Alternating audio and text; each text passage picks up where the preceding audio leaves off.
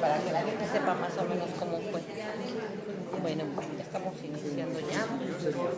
Oye, está una canción, no sé dónde está. Lo que pasa es que está negra.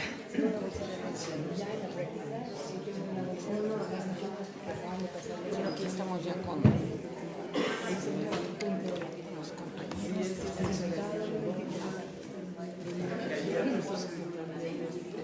Había ido a la...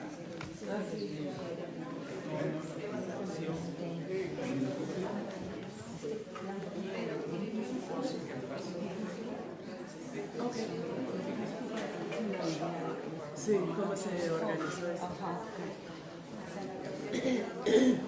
Ahí está el micrófono está ahí y hay que prenderlo. Voy a prender nada más para nosotros. Bueno. Buenas tardes, compañeros. Bienvenidos, muchas gracias por acompañarnos, sobre todo muchas gracias por estar en este nuevo recinto en el cual estamos reiniciando actividades, dado que, como ustedes saben, en el anterior, pues la gentrificación se lo llevó y lo entregaron a las constructoras y pues nos quedamos sin recinto, ahí en la colonia Roma. Y bueno, pues ahí seguimos en solidaridad con don Manuel Fernández, que fue el que nos lo ofreció. Y ahora, bueno, pues agradecemos muchísimo al Club de Periodistas por habernos dado alojo aquí a Maurice y a Celeste, que nos han venido pues cobijando, nos han permitido estar esta nueva etapa con ustedes aquí. Y bueno, el día de hoy es muy interesante el tema que vamos a presentar. A mí me parece sumamente importante la presencia de estos tres distinguidos observadores internacionales. Los voy a presentar. Está Leo Gabriel, aquí inmediatamente. Ustedes lo conocen, él es antropólogo de origen austríaco de corazón latinoamericano, es periodista, también es cineasta, activista por los derechos humanos. Él ha llevado también a buen término el Foro Social Mundial en Europa, es uno de sus promotores, y bueno, ahora que está aquí en México en este tipo de reuniones que siempre se mete, porque él es defensor de derechos humanos, en especial los derechos sociales, los que siempre está defendiendo. Entonces pues va a ser también una reunión del Foro Social, la deseamos para el próximo viernes, ¿verdad? Y bueno, pues le damos la bienvenida porque él estuvo de observador internacional acreditado por el CIDE y también perteneció todos a la red universitaria ciudadana por la democracia. Después nos sigue a la doctora Laura Cárcel, a la maestra Laura Cárcel, quien ella también es una gran luchadora por los derechos humanos, también es de origen norteamericano de Estados Unidos, pero de corazón y arraigo mexicano. Ya tiene muchos años trabajando e investigando todas las injusticias que pasan en los países de América Latina. Es directora del Programa de las Américas, que tiene su sede aquí en la Ciudad de México. Y además ella, bueno, pues se ha dedicado a darle seguimiento a problemas como feminicidios, como la guerra por el narco, por una serie de temáticas que nos han venido atacando en los últimos 30 años a este país. Y ella es una voz internacional que da al mundo lo que sucede en México, porque además publica en muchísimos periódicos, tanto electrónicos como escritos, y seguido tiene sus programas radiales y de televisión. Ahora está con los compañeros de hasta ¿cómo se llama? El de la UNAM, no es de la UNAM, es de Red. De Rompeviento, perdón. Y de televisión. El Rompeviento tiene una sección, entonces síganla, por favor. Ella transmite tanto en español como en inglés sus noticias. Ahí en el correo de invitación que les hicimos llegar hay varios de los vínculos que pueden ustedes consultar. Y después tenemos a Constanza Díaz Sierra, quien ella es de origen colombiano, mexicano, abogada, también activista por los derechos humanos. Ha fundado unas organizaciones no gubernamentales en Puebla Solar, y la Nodo se llama la otra, y donde también ella ha dado batalla para dar seguimiento a la defensa de los derechos humanos de la población, sobre todo de grupos vulnerables. Entonces, el día de hoy, pues ella también participó como observadora electoral Y en Puebla, pues en uno de los lugares donde mayor problemática se ha presentado junto con Guanajuato, que no se ha dicho mucho, pero también allá hay muchísima problemática. Y entonces, bueno, pues la experiencia de ellos en este sentido creo que es muy enriquecedora y les vamos a ceder la palabra, sino no antes de darles un caluroso aplauso a los tres y agradecerles porque respondieron rápidamente a esta invitación, dado que los tres tienen una agenda muy apretada. La maestra se va de viaje mañana, Leo está también por viajar, y bueno, no digamos Constanza, que tiene una serie de trabajos por realizar, y viene desde Puebla, y todos de una manera muy solidaria vinieron solamente a platicar con ustedes. Entonces aprovechemos su plática y posteriormente nos vamos a una ronda de preguntas que sea muy breve, porque recuerden que aquí tenemos que dejar a las 9 de la noche, entonces nos da un tiempito para cotorrear y todo, y hasta las 9:30 ya tenemos que estar en la puerta. Entonces, muchas gracias, maestros, muchas gracias por venir. ¿Y qué te parece si empiezas? Porque Laura fue coordinadora de los observadores internacionales y estuvo en una serie de brigadas muy interesantes. Estuvo con John Ackerman, con el padre Sonalite, con el padre Concha, si no mal no recuerdo. Les tocó a ellos estar en el Estado de México, ¿no? No fueron Sí. Entonces, bueno, creo que son puntos nodales los que ellos nos pueden ilustrar. Muchas gracias y bienvenidos a todos ustedes.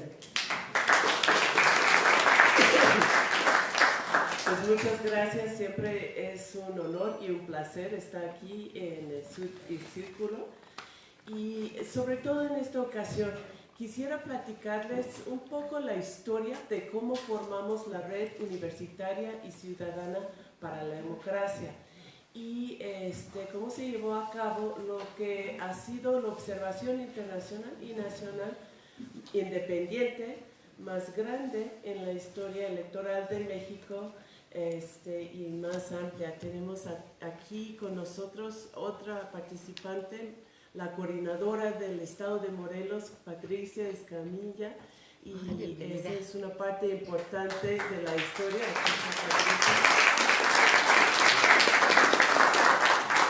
Entonces les voy a contar cómo empezó esta gran aventura que superó por mucho lo que habíamos planteado en el inicio, causando momentos de caos, pero también un gran esfuerzo. En el mes de febrero, con la iniciativa de John Ackerman en Diálogos por la Democracia en la UNAM, se hizo un seminario con personas de muchos países, sobre todo Estados Unidos, pero también Europa y por supuesto México, sobre democracia y autoritarismo. Siguiendo esto que incluyó ponentes de mucha experiencia y conocimiento sobre proyectos electorales y en particular la experiencia electoral de México, se hizo una reunión para hablar sobre seguimiento. Y en este momento se tomó la decisión de formar la Red Universitaria y Ciudadana. Esta red empezó en su documento fundacional con este preámbulo que dice: preocupados por el estado precario en que se encuentra la democracia mexicana y ante la crisis de credibilidad en que se encuentran las instituciones electorales en el país, un grupo de académicos, periodistas, activistas y integrantes de la comunidad cultural en México y en el extranjero hemos acordado conformar una red universitaria y ciudadana por la democracia. Y empezó con 3 objetivos principales: movilizar la red de observadores electorales ciudadanos nacionales e internacionales, denunciar frente a las instituciones electorales en los organismos nacional y internacionales y con los medios de comunicación las violaciones a la normatividad que se cometan durante el proceso electoral y organizar y articular las diferentes iniciativas ciudadanas existentes. Entonces, eso fue la idea de lograr una máxima cobertura de ojos en el momento, pero no solo durante las elecciones, sino también antes, reconociendo que hay un fraude preelectoral muy importante en la historia del país durante la jornada electoral y después con mucha razón de temerlo. Y entonces Por otro lado, el grupo de estadounidenses de este mismo seminario se formó su subgrupo y empezó a gestionar una carta al Congreso de los Estados Unidos, que finalmente sacaron la carta con más de 150 firmas de académicos, personas muy reconocidos en los Estados Unidos, y en esta carta pidió: nos preocupa el papel potencialmente negativo que puede jugar el gobierno de los Estados Unidos a la luz de los comentarios recientes de esta administración y un historial cuestionable cuando se trata de apoyar la democracia en México y en otros países del hemisferio. En aquel tiempo había por lo menos 3 miembros del gabinete de Donald Trump y congresistas que habían dicho abiertamente y a los medios que sería muy malo para Estados Unidos si ganara López Obrador la presidencia de México, que en sí es una forma de intervención porque no tienen por qué opinar sobre un proceso interno que es un reflejo de soberanía nacional de México. Además, había otros signos en Washington de una preocupación y de la posibilidad de formas de intervención que todos conocemos, que forman parte de su agenda oculta, pero muy activa, de lo que llaman promoción de la democracia, que quiere decir represión de la democracia cuando no sirve a los intereses de Washington. Para prevenir un poco, o por lo menos visibilizar esta posibilidad, la carta seguía diciendo: instamos a usted y a sus colegas a hacer todo lo posible para garantizar que los Estados Unidos apoyen la democracia mexicana, insistiendo en la estricta y el voto popular, y expresar su compromiso de establecer una relación sólida con cualquier nueva administración mexicana. Con esto pusimos en alerta, por lo menos a miembros del Congreso. Después de la carta, visitamos varias oficinas allá en Washington para platicar, y sabían que estábamos viendo lo que estaba pasando, que estábamos preocupados por lo que estaba pasando, y además que teníamos vínculos entre organizaciones sociales de México y de los Estados Unidos para presionar de los dos lados. Entre las actividades preelectorales aquí en México fueron muchos. Se hizo alianza con la Alianza contra la Pobreza, que estaba analizando el uso de programas sociales para coacción del voto, programas sobre todo como Prospera y Salario Rosa en muchos estados, y ellos hicieron un informe sobre el uso de estos programas, mientras Diálogos por la Democracia recibía denuncias de este tipo de coacción de voto. Se presentó un informe sobre las llamadas intimidatorias, que probablemente todos aquí, o la gran mayoría, recibimos en algún momento. Hasta el mismo día de las elecciones yo recibí este tipo de llamadas, pues de no votar por Andrés Manuel López Obrador, y tenían como el uso de megadatos para saber si a mí me van a decir porque va a desalentar la inversión extranjera, a otra persona porque va a afectar la seguridad. Tenía todo la población segmentada para ese tipo de llamadas. Y también hicimos reuniones con la FEPADE, con el Tribunal Electoral y con el INE, para hablar de, pues el INE en realidad no nos recibió, pero para tratar de hablar sobre el proceso y las preocupaciones que teníamos como grupo de la sociedad civil. Finalmente, con todo esto me dio gripa, ya saliendo de la observación, y finalmente lanzamos la convocatoria a nivel internacional e nacional, y como decía, tuvimos una respuesta inesperada. Finalmente fueron como 100 personas en el proyecto original que llevaba el Centro de Derechos Humanos Fray Francisco de Vitoria. La meta fueron algo como 30 observadores internacionales y 70 nacionales.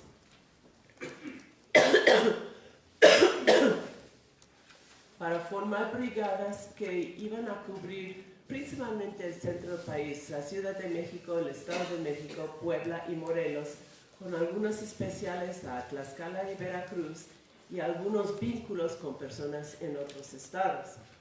Pero terminamos con unos 200 observadores y observadoras nacionales y 100 internacionales. Llegaban de los países, para darles una idea, llegaban de América Latina, de Ecuador, Argentina, Guatemala, Chile, Brasil, Nicaragua, Uruguay, Costa Rica, de Europa, de Francia, Alemania, el Reino Unido, Suecia, Irlanda, y casi se me olvidó poner Austria, y de Estados Unidos y Canadá, de más de 15 países extranjeros y de muchas universidades de alto nivel en los Estados Unidos. Se forman de esto unos brigadas, que fueron 5 brigadas en el estado de Morelos, bajo la coordinación de Patricia, unas 10 brigadas en la Ciudad de México, otras 10 en el Estado de México y 3 en Puebla.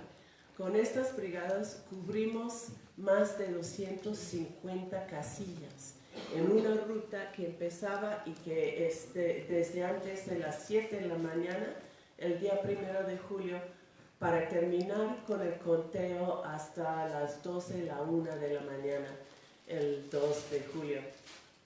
Estas brigadas encontraron una situación